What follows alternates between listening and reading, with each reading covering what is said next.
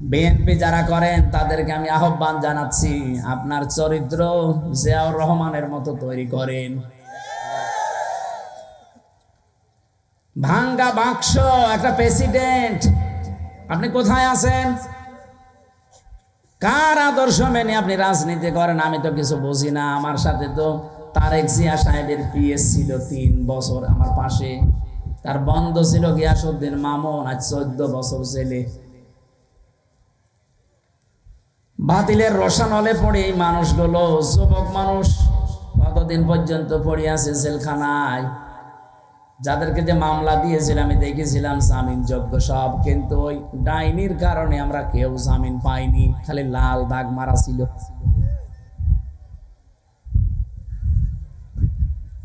যারা আজ নাম ভাঙিয়ে চলতে চাচ্ছেন, না আপনি কিন্তু মুনাফিকি করছেন আপনার নিজের সাথে।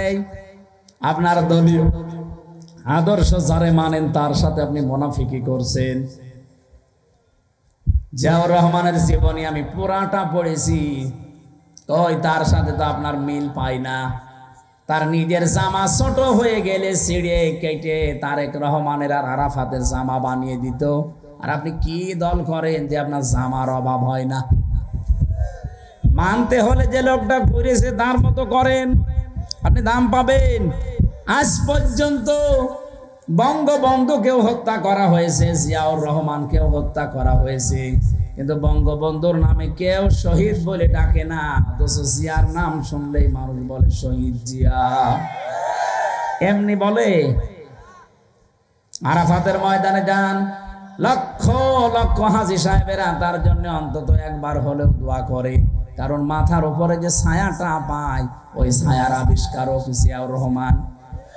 নিম গাছ লাগিয়েছিল, লক্ষ লক্ষ নিম গাছ লাগিয়ে দিয়েছে।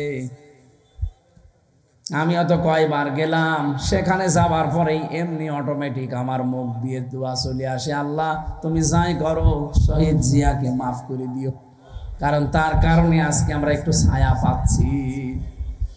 কত লক্ষ হাজিরা যায় সেখানে, সবাই কিন্তু এই দোয়াটা করে। আর আরাফাতের ময়দানের দোয়া 100 কবুল হয়। সুবহানাল্লাহ বলতে পারেন না? আপনি এরকম কিছু কাজ করে তো দেখাবেন মানবতার জন্য। আপনি যদি এখন উল্টা পাল্টা আরম্ভ করেন, আরে ভাই কত গোয়েন্দা লেগে আছে আপনি জানেন দেশে বিদেশের, আপনি কিছুই টের পাচ্ছেন না বাস্তবতা। আমিও টের পেতাম না, কিন্তু এখন টের পাচ্ছি। বিশেষ করে 3টা বছর আমি এই কঠিন অবস্থায় না থাকলে আমি অনেক কিছু জানতাম না। দুনিয়ায় গা ভাসিয়ে চলতাম, এখন দেখছি না এই কুষ্টিয়া থেকে এ পর্যন্ত এসেছি, এটা আমার কপাল। আবার বাড়িতে ফিরে যাব, যদি সহিষ্ণুভাবে ফিরে যেতে পারি এইটাও আমার কপাল। কত কিছু লাগানো আছে আমাদের পেছনে, প্রতিটি মানুষের পেছনে এটা লাগানো আছে। আমি ধরা পড়ার পরের দিন মাওলানা আমিরুল ইসলাম বেলালী সাতক্ষীরায় বাড়ি, আলেমদের সভাপতি ছিল ওই সময় মুফাসসির পরিষদের। উনি আমার বাড়িতে কল দিয়েছে, জিজ্ঞাসা করছে হামজাকে যদি খবর পাও তো বলবা এই কথাগুলো। ও শয়তানরা দেখছি সকালবেলা আমার এই রিমান্ডে এইগুলো দেখাচ্ছে। আশ্চর্য তো, কোথায় কে কোন নাম্বারে কল দিয়েছে সেটা পর্যন্ত সব রেকর্ড করা ছাড়া। আমি যদি একটু উল্টা পাল্টা মিথ্যা বলবো না, ওইগুলো আমার দেখি আগে। ওই সময় বলেছি, বসে বুঝেছিলাম যে কি অবস্থায় আছে আমরা। বিশেষ করে বাটন মোবাইলে যারা কথা বলে, এ বাটন মোবাইলে কথা বলা আর থানায় বসে বসে কথা বলা একই। বলে হোয়াটসঅ্যাপ রেকর্ড হয় না, কে বলেছে রেকর্ড হয় না? সবগুলো রেকর্ড হয়। এই জন্য গোয়েন্দা নজরদারিতে লেখে দেশের 18 কোটি মানুষে আছি, দেশি এবং বিদেশি। তামাম দুনিয়ায় যে ভয়েস অফ আমেরিকা, মাইক্রোসফট, এগুলো সব খ্রিস্টানরা আর ইহুদিরা চালায়। আপনি দেখেছেন কি কি রিপোর্ট এখন বের করছে। টাকা পয়সা অনেকে গুছিয়েছে, যে ফুল দেবে প্রেমিকাকে। কিসের প্রেমিকা? বিয়ের আগে প্রেম করা যায় যাচ্ছে, খালি ফুল দেওয়া যায় যাচ্ছে। 31st নাইট, এটা হিন্দুদের খ্রিস্টানদের কালচার। আজকে তওবা করেন না, যা করেছিলাম আর সামনে কোনোদিন করব না। এই 4-5 জেলা তো আমার ধারণায় আসে না। আমরা এখান থেকে ইসলাম নিয়ে আমরা পালন করি। সারা বাংলাদেশের 64 জেলা জানে, কুমিল্লা, নোয়াখালী, ফেনী, চাঁদপুর আর লক্ষ্মীপুর, এই 4-5টা জেলা আলেমদের শহর, এখানে ইসলামের চর্চা বেশি হয়। এই ইসলাম কোন ইসলাম? এটা 31st নাইট পালন করা। ওদিন যদি পালন করতেই হয় রাত 12টার পরে তাহাজ্জুদে দাঁড়াবেন, অন্তত 4 রাকাত 8 রাকাত 12 রাকাত তাহাজ্জুদ পড়ে কঠিন একটা সেজদায় পড়ে থাকবেন আধা ঘন্টা 1 ঘন্টা। বলবেন আল্লাহ বিগত জীবনে যাই করেছি অন্তত সামনের বছরটা আমি তোমার পথে চলতে চাই। এইটা 31st নাইট এইভাবে পালন করা যাবে না। ঠিক আছে, আলহামদুলিল্লাহ। আমি নবীর উম্মত হওয়ার জন্য আমি সহ যারা আসলাম, আমাদের যোগ্যতা যেন ওই পর্যায়ে যায়, নবী যেন আমাদের দিকে দেখেই বুঝতে পারে না এটা আমার উম্মত ছিল। আল্লাহ আমাদেরকে কবুল করুন, আমিন। আমরা আজকে তেলাওয়াতকৃত আয়াত সূরা মায়েদার 8 এবং 9, এই 2টা আয়াতের সাবজেক্ট হচ্ছে ন্যায় বিচার। কি বিচার? আমরা কোরআনে কারিম থেকে তাফসীর আকারে কথা শুনতে চাচ্ছি। সূরা মায়েদা 120টা আয়াত আছে, 16টা রুকু আছে। আমরা পড়েছি মাত্র 2টা আয়াত, 1 আয়াতের তাফসীর করব, 8 নম্বর আয়াতে। আমার বিষয় কি বললাম? বলেন। কিয়ামতের ওই কঠিন ময়দানে কোন নামাজিকে, কোন রোজাদারকে, কোন দানশীলকে, কোন পর্দাওয়ালা মহিলাকে আল্লাহ আরশের ছায়ায় স্থান দেবে বলেন নাই? বলেছে ওই মানুষকে আমি স্থান দেব যে দুনিয়ায় ন্যায় বিচার কায়েম করতে পারে। এটা শুধু রাষ্ট্রের বিষয় না, ব্যক্তিগত জীবন থেকে শুরু করে আমরা একেবারে আন্তর্জাতিক জীবন পর্যন্ত পুরা কোরআন দিয়ে মিলাতে চাই। এই চলে যাচ্ছেন মানে? আমার এখানে বসিয়ে রেখে চলে যাচ্ছেন কেন? আর প্রসাব পায়খানা আর বিড়ি খাওয়ার নেশা লাগলে যাবেন। অনেকে আবার নেশা আছে। আপনাদের চট্টগ্রাম বিভাগ না এটা? এই বিভাগের জন্য তোমার বিড়ির মাসলা আলাদা।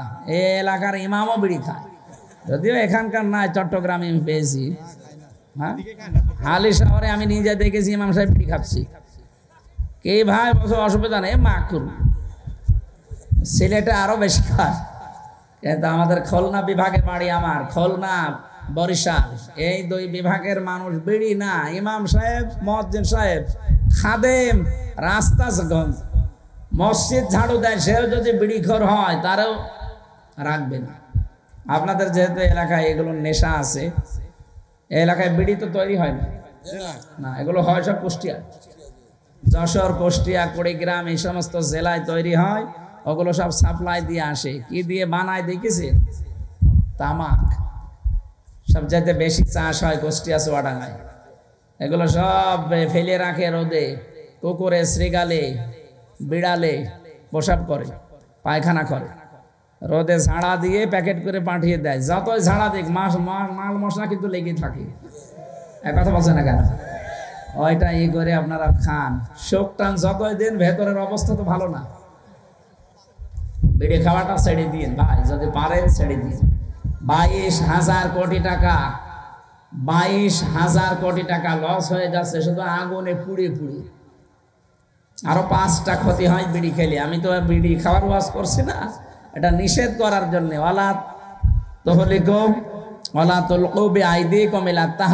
নিজেদেরকে নিজেরা ধ্বংস করে দিও না, এটা আত্মহত্যার শামিল। মানুষ মনে করে বিড়ি খেলে আর কি কয়েকটা জিনিস নষ্ট হয়ে যায় ভেতরে, আর আপনাকে আল্লাহ যা দিয়েছেন এগুলো সব আল্লাহর পক্ষ থেকে আমানত।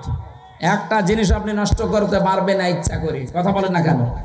সুতরাং এটা যারা খাচ্ছেন ছেড়ে দেবেন। আর যদি খুব বেশি নেশা লাগে আজকের মতো খান, খেয়ে আবার তাড়াতাড়ি চলে আসবেন ইনশাআল্লাহ। দেখলেন, ইনশাআল্লাহ বলছি, তার মানে এরা খাবে। এবার আমরা কোরআনে যাচ্ছি। নেন, আল্লাহ রাব্বুল আলামিন বলেন, ইয়া আইয়ুহাল্লাযীনা আমানু, ও হে যারা ঈমানের দাবি করো। ডাক দিয়েছেন আল্লাহ কাদের? আরো জোরে। এখানে আমরা যারা আছি সবাই কি ঈমানদার না বেঈমান? না না, আপনি আন্দাজে বললে হবে। সাহাবী প্রশ্ন করলেন, হে নবী, আমার ভেতরে যে ঈমান আছে আমি টের পাবো কি করে?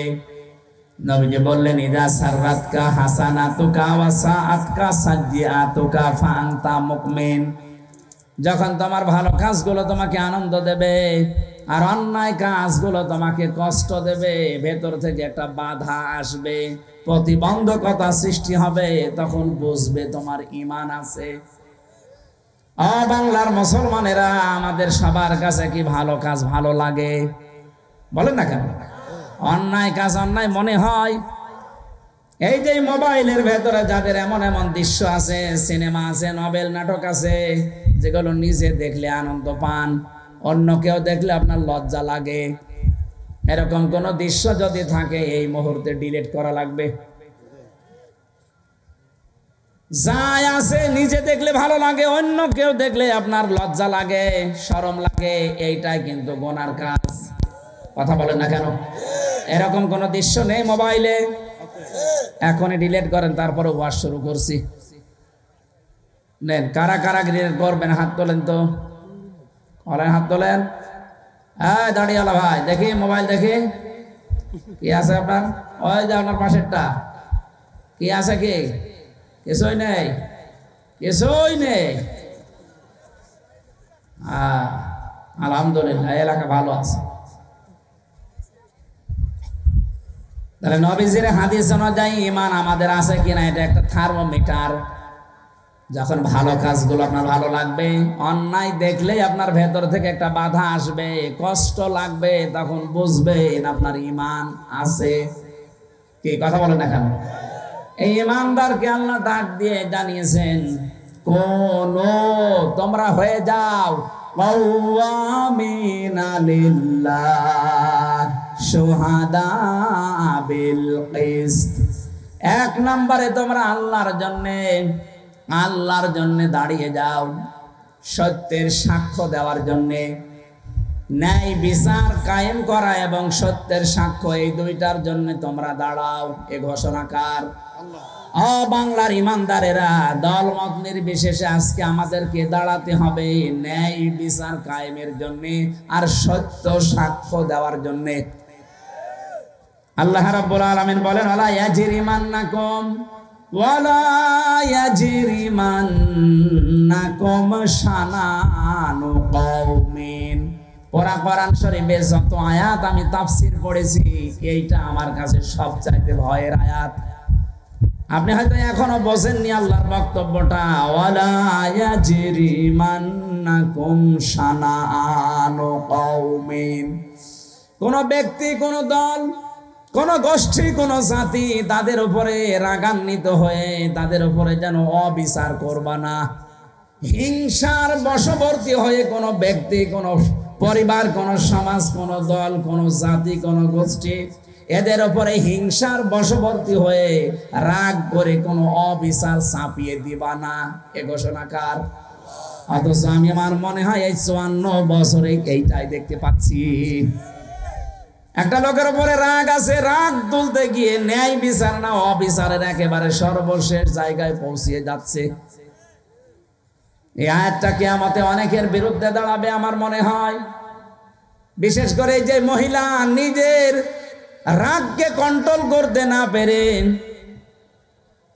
একটা মানুষের উপরে, একটা ব্যক্তির উপরে, একটা দলের উপরে রাগ করে তাদেরকে শেষ করে দেওয়ার জন্য অবিচারের একেবারে শেষ পর্যায়ে চলে গেছে। আরে ভাই, আমার নামে যদি কেউ রাজাকারের মামলা দেয়, এটা শয়তানও বিশ্বাস করবে?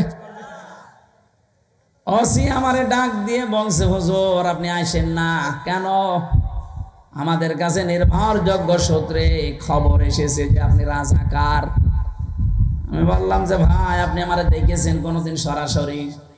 বলছে না, আমি একটা হিন্দু মানুষ। আপনি একটা হিন্দু মানুষ, আমাকে তো দেখেননি সরাসরি, কোন কারণে এটা বলেন? বলে সকালবেলায় এসেছিল কয়েকজন জব্বার পাগড়ি মাথায় দিয়ে, তারা এসে বলল আপনি নাকি কুষ্টিয়ার চিহ্নিত রাজাকার। বললাম আমার বয়স এখন 33 বছর, আমার 92 সালে জন্ম। আমার বাবা ওই সময় হয়েছে কিনা আল্লাহ ভালো জানে। আমার বাবার মনে হয় এখন 55 বছর হবে। 55 বছরের বাবার বয়স, আমার বয়স 33, আমার মা আরো মনে হয় 4-5 বছরের ছোট হবে আমার বাবার। তো আমার বাবারই তো ওই সময় বিয়ে হয়নি। কথা বলেন না কেন? আমার বাবার তো অন্তত ওই সময় বিয়ে হলেও আমার মায়ের ওই সময় আমার বাবার সাথে বিয়ে না হলে আমি কিভাবে হলাম দুনিয়ায়? আপনি কি কারণে এগুলো করছেন আমাকে একটু বলেন তো। আমি নিজে করতে চাইনি, আমাকে দিয়ে করাচ্ছে মাইজ ভান্ডারের কিছু লোক। মানে এবারে বুঝলাম যে হ্যাঁ, ওদের আঘাত লেগেছে কোন জায়গায়। তার কিছুদিন আমি সূরা ফুরকানের 68 নাম্বার আয়াতের একটা ব্যাখ্যা বলেছিলাম, ওটা নাকি ওদের বিরুদ্ধে গেছে। ওয়াল্লাযীনা লা ইয়াদউনা মা'আল্লাহি ইলাহান আখার। রাব্বুল আলামিন বলেন সাবধান, আল্লাহকে যারা ডাকো তার সাথে অন্য কাউকে জুড়ে দিবা না। এই কথা বুঝতেছেন? আল্লাহকে যারা ডাকে তার সাথে অন্য কাউকে যারা ডাকবে, ইউদাফ লাহুল আযাব, তাদের শাস্তি ডবল হবে। কয়টা? আরো জোরে। অথচ যে কুমিল্লা, ব্রাহ্মণবাড়িয়া, চাঁদপুর এই সমস্ত জেলাতে আমরা দেখি জিকির করে আল্লাহর, কিছুক্ষণ পরে ইয়ালি বাবা, কেল্লা বাবা, ফতে বাবা। এই কথা বলছেন না কেন? আপনি কোথায় পেয়েছেন আল্লাহর সাথে আল্লাহ বাবা ফাতে বাবা বলা লাগবে? যারা করে এগুলো, ওই কথাগুলো কোরআন দিয়ে তুলে ধরলে যেহেতু ওদের ব্যবসা বন্ধ হয়ে যায়, মানুষ বসে যেত ভণ্ড। কারণ এই কাজ করলে শাস্তি পাওয়া লাগবে ডবল। নিজেরাও জাহান্নামে যাচ্ছে, আমাদেরকেও সাথে নিয়ে যাচ্ছে। আবার নাম নিয়েছে সুন্নি। কিসের সুন্নি? আপনি বেদাতি। কারণ ইসলামের ভেতরে নতুন একটা জিনিস আবিষ্কার করেছেন, কেল্লা বাবা, ফতে বাবা, শালি বাবা, দয়াল বাবা। এক কথা বলছেন এখানে। ওরা যদি জাহান্নামে যেতে চায় চাক, অন্তত আমরা যারা সচেতন কোনদিন আর এরকম উল্টা পাল্টা জিকির, আরো জোরে বলেন। ওরা এই কারণে ওসির কাছে নালিশ দিয়েছিল যে উনি পীর মাশায়েখ মানে না। কিসের পীর মানি না? পীর মানে ওস্তাদ, শিক্ষক। তার কাছে আমি কিছু জানার জন্য যাব, তার গা পা টিপা লাগবে, উল্টা পাল্টা জায়গায় হাত দেওয়া লাগবে। কোথায় পেয়েছেন আপনি? অনেকে খেদমত করতে করতে বউ পর্যন্ত দিয়ে আসে, যুবতী মেয়ে দিয়ে আসে। আরে ভাই, আপনার বউ দিয়ে আপনি পীরের গা টিপান? আল্লাহর ওলি মনে করি। তোরা শরীরের ভেতরে এমন জায়গা আছে যেখানে হাত লাগলে মরা মানুষ জিন্দা হয়ে যায়। ও যদি এখন চিন্তা হয়ে পড়ে। বাংলাদেশে 48,000-এর উপরে দরবার, অধিকাংশ দরবারে ইসলাম নেই, সবগুলো বানানো ইসলাম চলছে। আর আমার কুষ্টিয়াতে তো একটা আছে আল্লাহর ওলি লালন শাহ। বিভিন্ন মানুষ এই সমস্ত এলাকা থেকে বাস ট্রাক ভরে ভরে যাচ্ছে। সারা দেশ মিলিয়ে আপনি যেই কয় মন গাঁজা না পাবেন, তার চাইতে বেশি গাঁজা পাওয়া যায় লালনের মাজারে। কারণ বাংলাদেশের ভেতরে একটাই নিরাপদ জায়গা যেখানে পুলিশ পাহারা দিয়ে গাঁজা খাওয়ায়। আর আপনারা আন্দাজে ওখানে যান, তওবা করবেন। আওয়াজ যারা শুনতে পাচ্ছেন যে জীবনেও অন্তত ওখানে যাব না। প্রকাশ্য জেনা, ব্যভিচার আর এই গাঁজা খাওয়া প্রকাশ্য, কিচ্ছু বলে না, লাইসেন্স করা আছে। আমার ভাইরা, এই মিথ্যা মিথ্যা মিথ্যা মামলা দিয়ে, মিথ্যা সাক্ষী দিয়ে মানুষের জীবন যারা নষ্ট করে দিয়েছেন, আল্লাহ পাক তাদেরকে আজ নির্দেশ দিচ্ছে, ঈমানের দাবি করো, ভালো করে শোনো। দাঁড়িয়ে যাবে না এই বিচার কায়েমের জন্য। ওই লোকটা যদি নিজের নিকট আত্মীয় হয়, তারপরও তার ছাড় দেওয়া যাবে না। কারণ অধিকাংশ আগের উম্মত যারা, ওই মানুষগুলো গরিব মানুষরা যদি অন্যায় করতো, একেবারে 100 বিচার থেকে পর্যন্ত পিটাতে যেত। কোথায় আছে এখন জানি না, মনে হয় বের হয়েছে, মরে গেছে। ও, গণপিটুনিতে মরেছে, আলহামদুলিল্লাহ। আচরণ খুব খারাপ, ভেতরে থাকতে জ্বালিয়েছে। আওয়ামী লীগ করতে মনে হয় না, শয়তানের ভেতরে যে ওই শয়তানি করেছে। হ্যাঁ, আল্লাহর ওলির লোক হবে। আমার ভাইরা, আমার আয়াতের মূল কথায় যাচ্ছে, আমরা আজকে থেকে যে যা করুক, আমরা দাঁড়িয়ে যাব সত্য প্রতিষ্ঠা করার জন্যে। আরে পৃথিবীতে সব চাইতে বড় সত্য হচ্ছে আমার আল্লাহর কোরআন। এটা প্রতিষ্ঠার জন্য আপনাকে দাঁড়াতে হবে। কেউ না থাক, আমি একাই দাঁড়িয়ে যাব। কার জন্য দাঁড়াবো? আল্লাহ বলেছেন লিল্লাহি, আমি আল্লাহর জন্য দাঁড়াবি। আপনি তাকান তো নবীজির জীবনের দিকে, তামাম দুনিয়া একদিকে আর বিশ্ব নবী একা একদিকে। কি কেউ গাছ পূজা, কেউ মাছ পূজা, কেউ আগুন পূজা, কেউ দুর্গা পূজা, কেউ দর্গা পূজা নিয়ে ব্যস্ত ছিল। আর নবীজি পুরা একা দাঁড়িয়ে বলেছেন লা ইলাহা ইল্লাল্লাহ, আমি কাউকে মানি না, যিনি সত্য ইলাহ আমি তাকে মানি। কারণ আমি দাঁড়িয়েছি কোন কাওয়ামিনা লিল্লাহ, আমি আল্লাহর জন্য দাঁড়িয়েছি। বাংলার মুসলমানেরা এই আয়াত আমি 100% বিশ্বাস করি, 100% আমি বিশ্বাস করে যতদিন আমি মেনে নিয়েছি, আমি দেখেছি আল্লাহ আমাকে সাহায্য করেছে। সেই 13 সালে একবার, 11 সালে একবার আমাকে গ্রেফতার করেছিল এই আয়াতটার কারণে। কোরআনে কারিমের আয়াত ব্যাখ্যা করছিলাম ওই সময়, ইয়া আইয়ুহার রাসূল বাল্লিগ মা উনজিলা ইলাইকা মির রাব্বিক, হে রাসূল আপনাকে আমি যা নাযিল করেছি ওটা মানুষের কাছে প্রচার করেন। আমি তো আল্লাহর আয়াতের উপরে 100% বিশ্বাস করে শুরু করেছিলাম, কিন্তু ওই সময় একেবারে ভরা যৌবনদের আমার নামে মামলা দিল পুলিশের কাছে, যখন শিবির করে শিবিরের রক কেটে বেড়ায় ক্যাডার। এটা যে একটা ডাহা মিথ্যা কথা, আমার জীবন দিয়ে আমি প্রমাণিত। রক কাটা কারে বলে জীবনে কোনোদিন দেখি নাই, নামও শুনি নাই। অথচ ইসলামপন্থী এই মানুষগুলোর ওপরে একটা মিথ্যা তহমত দিয়ে বাংলার মানুষ থেকে এতদিন আড়াল করে রেখেছিল জালেমরা। এখন অনেকে আবার জালেমদের পক্ষ নিয়ে কথা বলছেন।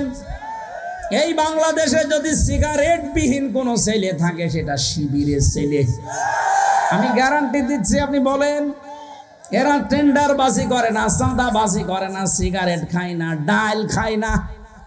বিশ্ববিদ্যালয়ে তা আমিও পড়েছি। এই মানুষগুলো সকালে উঠে দেখতাম কোরআন পড়ছে, লালন শাহ হলে আমি ছিলাম। আর অন্য দলের ছেলেদেরকে দেখেছি সকালে উঠে কলি করছে লাল পানি দিয়ে। লাল পানি বোঝেন? আমার এই চোখ দিয়ে দেখেছি মাস্টার্সে ক্লাস নিচ্ছে, মাস্টার্সে ক্লাস নিচ্ছে। এই কে কমনে তাকান আপনি, আমি ইশারা দিচ্ছি না, বললাম লাগবে না।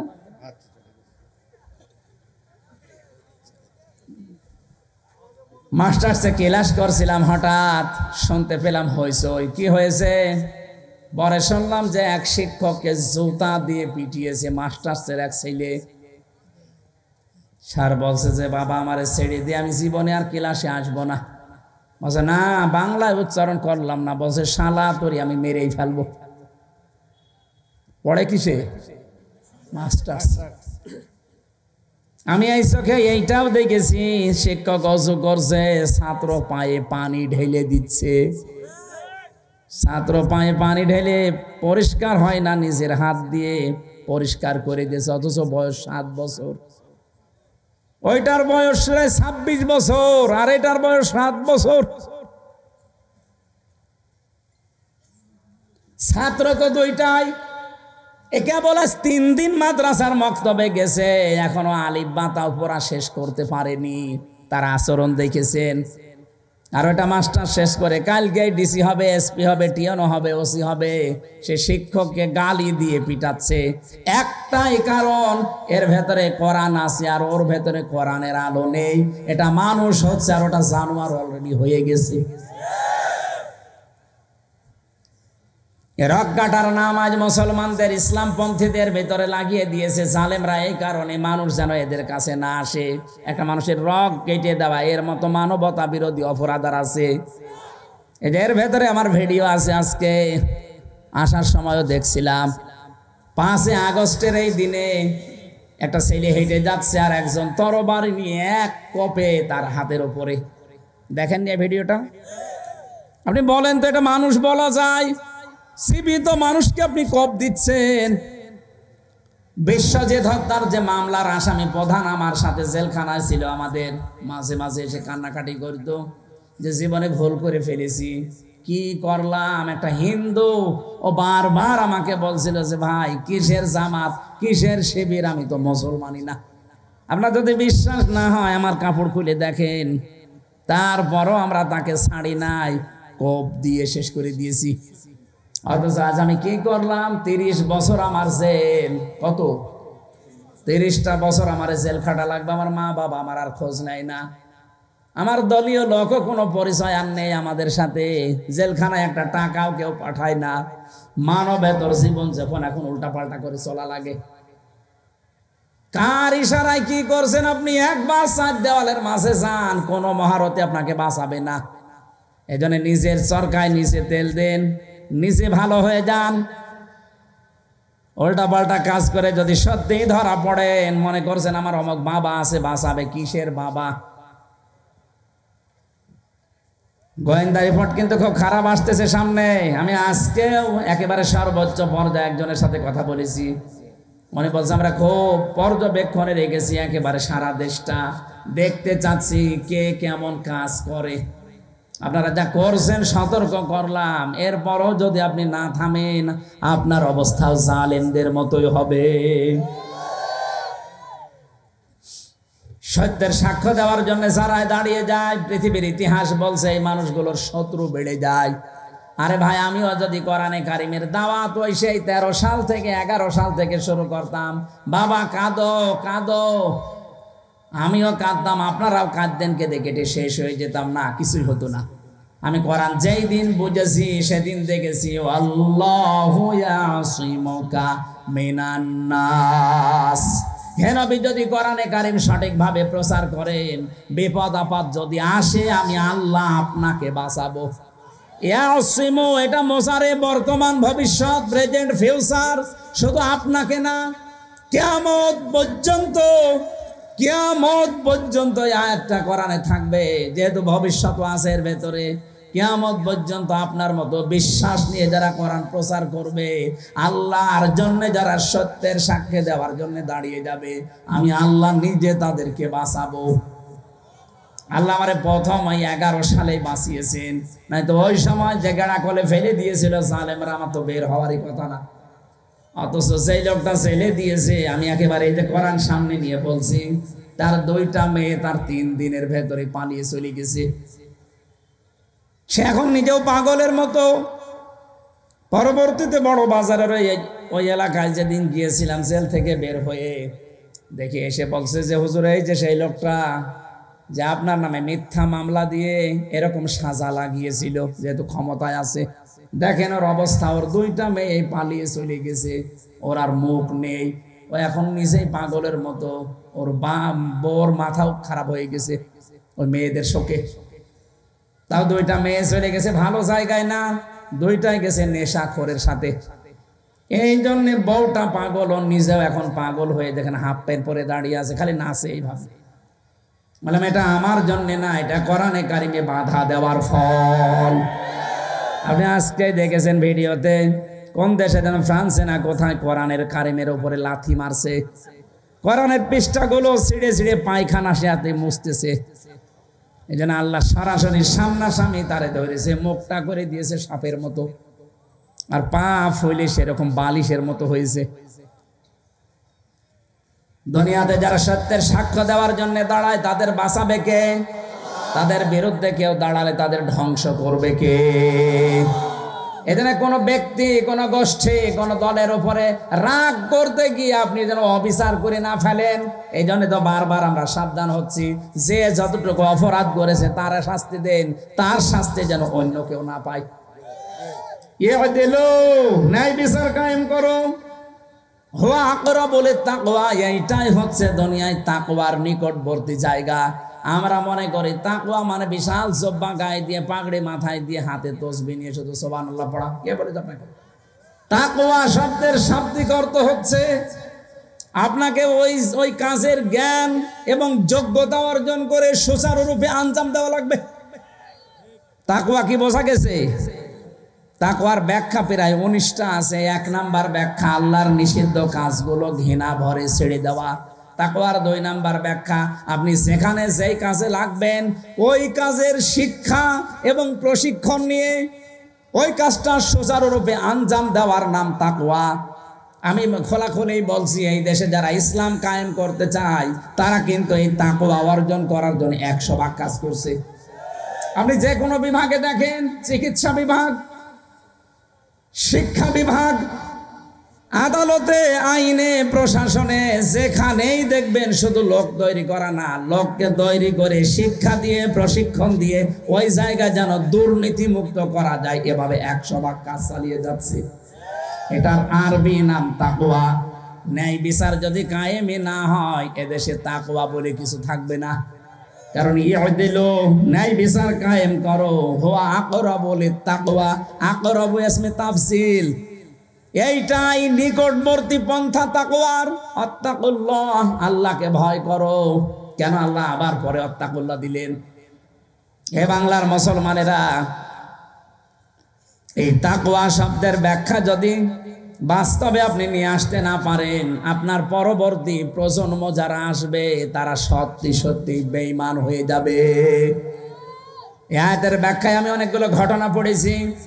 এই যে আব্দুল কাদের জেলানী রহমতুল্লাহ আলাইহে, বলা হয় যে হুজুর দোয়া করেন যেন ছেলে মেয়ে তাদের মতো হয়, এমনি হবে। আব্দুল কাদের জেলানীর মায়ের পেটের দিকে তাকান। তার মা এই যে পেটে তাকে ধারণ করেছিলেন, উনি এসে একদিন বলছে, মা তুমি সত্যি করে বলো তো, আমাকে পেটে রাখা অবস্থায় কোনো হারাম কাজ করেছো? বলে কেন? যা পড়ি আমার পড়া মনে থাকে না, আমার মনে হয় আমাকে পেটে রেখে কোনো হারাম কাজে তুমি লিপ্ত ছিলে। মা বলছে, বাবা আমার কোনোরকম কথা মনে নেই, তবে একটা কথা আমার মনে পড়ে। আমার পেটে যখন তোর বয়স 9 মাস, তোকে নিয়ে গিয়েছিলাম তোর নানির বাড়িতে বেড়াতে। ওঠানের ওপরে আচার দেওয়া ছিল, শোকাতে রোদে ওইটা তুলে খেয়েছিলাম।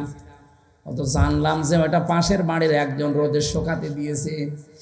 ও বাবা আব্দুল কাদের, মানুষের জিনিস পেটে রাখা অবস্থায় না বলে খেয়েছিলাম, এই কারণেই মনে হয় তোর মেধার উপরে এর প্রভাব পড়েছে, এই জন্যে পড়া মনে থাকে না। ও বাংলার মেয়েরা, তাকওয়া কারে বলে আপনি একটু খেয়াল করেন তো। মানুষের জিনিস না বলে খাওয়ার কারণে যদি ওই প্রভাব সন্তানের মেধার উপরে পড়ে, এ কারণে যদি ছেলে মেয়ের লেখাপড়া মনে না থাকে, আমাদেরকে যারা পেটে নেন কি করেন আপনি? কত কিছু না বলে খেয়ে হজম করে ফেলেন। আপনার পেটে এমনি আসবে আব্দুল কাদের জেলানী।